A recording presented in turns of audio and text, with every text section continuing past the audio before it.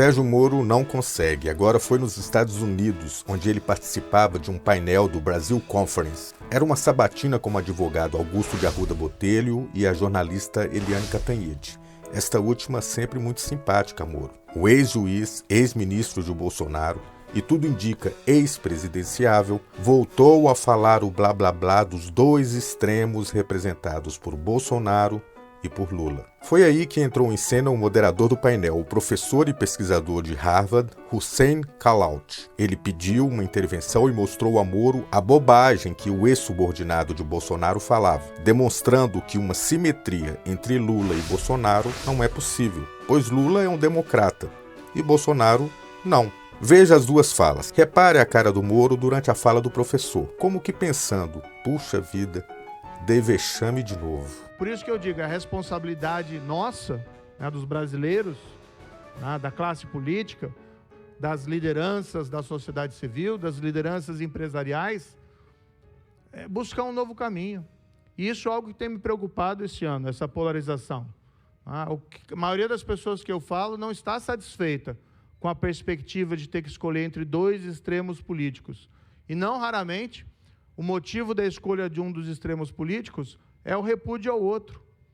Não pode ser esse o caminho. A gente precisa realmente construir um caminho alternativo, um caminho de centro. E eu queria, se me permitirem, fazer um esclarecimento, talvez, eu como moderador, para não parecer que eu estou tomando partido dos lados nessa contenda, mas como cientista político, eu gostaria de dizer que quando a gente fala de extremismo e colocar duas forças políticas como extremadas, talvez isso não reflita a realidade do terreno. Eu acho que sim, o presidente Bolsonaro mostrou-se ser um político extremista, mostrou-se ser um político radicalizado, ele procura fazer isso constantemente no exercício da função pública na condição de presidente da República, né?